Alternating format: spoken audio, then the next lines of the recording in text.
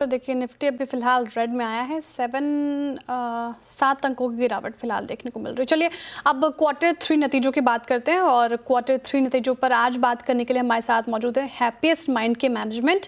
Q3 में company की revenue और मुनाफे में 2% की ग्रोथ दिखी है और एबिट में 6% की ग्रोथ और मार्जिन में भी हल्का सुधार रहा है। नतीजों और ग्रोथ आउटलुक पर बात करने के लिए हमारे साथ एमडी और CFO वेंकटरमन नारायण जी और executive board member Rajeev Shah ji मौजूद हैं। सर स्वागत है आप दोनों का ही। वेंकटरमन जी आप बताइए कि सालाना आधार पर देखें तो रेवेन्यू में थोड़ा दबाव रहा है, क्या वजह रही और क्या आप प्रॉफिट में आगे ग्रोथ देख रहे हैं? अगर आप देखेंगे हमारा प्रॉफिटेबिलिटी मेट्रिक है एबिटा और ऑपरेटिंग मार्जिन, क्योंकि उसके नीचे जो है वो नॉन कैश चार्ज और एक्सेप्शनल चार्जेस है ज्यादातर, because we have borrowed money for the acquisition, तो उसके कारण हमारा इंटरेस्ट कॉस्ट में बढ़त हुई है।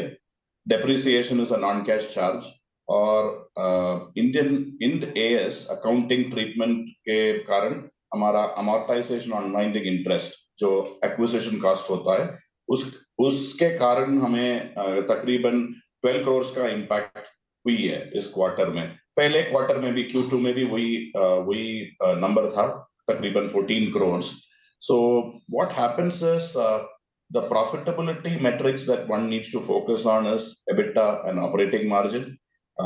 As far as the items below that, ज्यादातर अकाउंटिंग के कारण होते हैं, and as far as PAT is concerned, we are at 9% last quarter to this quarter. Year over year, we are showing a decline because last year we didn't have these acquisition costs. This year we started the year with 3 acquisitions, Pure Software, Aureus और उसके बाद Macmillan, तीनों का non cash charges के कारण हमारा PAT में कमी हुई है। But that's why I said we have to look at the cash earnings per share. That is the real earnings for the shareholder. उसमें we have shown a growth from 22 rupees to 24 rupees approximately year over year if you annualize it. So the health of the business is essentially a metric of cash earnings per share, and the PAT is largely due to the accounting non-cash charges. बिल्कुल sir, बिल्कुल। लेकिन राजीव जी मेरा सवाल थोड़ा different है आपसे। ये digital खतरों को कैसे देख रहे हैं आप? इसमें जो ग्रोथ देखने को मिल रही है डिजिटल खतरों में, साइबर सिक्योरिटी और डाटा प्रोटेक्शन को लेकर क्या आप कोई कदम उठा रहे हैं? हमारा infrastructure management security services is a large portion of our business, both from providing industry specific solutions at the same time horizontal set of services. So वहाँ हम लोग काफ़ी काम कर रहे हैं to provide consulting services at the same time implementation services for the customers, and that business is growing quite well, both from revenue perspective, at the same time the capabilities that we are delivering to the customers and providing the secure environment, I think is significant set of investment, at the same time significant growth as well in the security services. ठीक है राजीव जी। लेकिन वेंकटरमन जी ये अगले कुछ सालों में केपिक्स को लेकर क्या प्लानिंग है आपकी? कोई योजना बना रहे हो? उस पर एक बार तस्वीर साफ कीजिए। हमारे बिजनेस में केपेक्स उतना होता नहीं है, तो ही इन्वेस्टमेंट्स होते हैं एक इन पीपल एंड कैपेबिलिटीज, वो जो हम IP बिल्ड करते हैं ना तो GBS जैसा नया बिजनेस में इन्वेस्ट करते हैं। That is one large investment. The second big investment that we make is in acquisitions.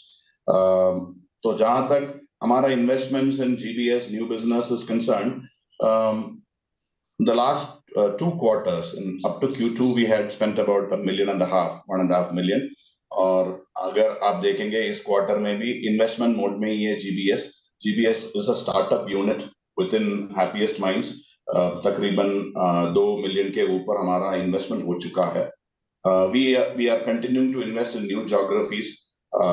Middle East में अभी we have consolidated the business in Middle East through the acquisition of customers from Gabs Technologies। 2 दिन पहले उसका press release हुआ था। उसके साथ जो middle east will become our third largest market or close to fourth largest market after UK, and we will continue to invest there. जहां तक capex होता है तो वो acquisition में ही जाएगा. Acquisition, you can see we have acquired these two companies, Pure Software, RES, Macmillan, और Gavs तो acquisition नहीं है, फिर भी वो business consolidation exercise है, उसमें भी हमने investment किए हैं. इन्वेस्टमेंट्स रही हैं आपकी तरफ से, लेकिन सर Q4 के लिए क्या आउटलुक है? फिनेंशियल 2026 के लिए क्या आप रेवेन्यू और मार्जिन के टारगेट को लेके चल रहे हैं, उस पर आप कह रहे हैं? तो जहां तक मार्जिन का गाइडेंस था, हमने बताया था कि इस साल में हम 20 to 22% करेंगे एबिटा का.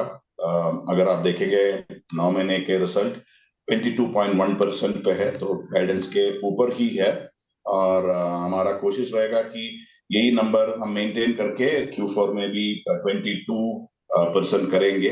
But our guidance on that number is 20 to 22%. जहां तक रेवेन्यू का मामला है, हमने बोला था कि साल में हम 30 to 35% ग्रो करेंगे. ये गाइडेंस नहीं था, फोरकास्ट था, क्योंकि पहले क्वार्टर में 3 एक्विजिशन कर चुके थे, तो उनका इम्पैक्ट तो रहता ही है. तो हमने उसका अप्रॉक्सीमेट कैलकुलेशन करके एक फोरकास्ट दिया था 30 to 35%.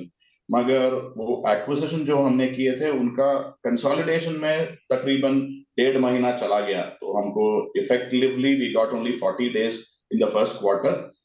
उसके बावजूद हमने अभी 25% ग्रोथ किए हैं ईयर ओवर ईयर.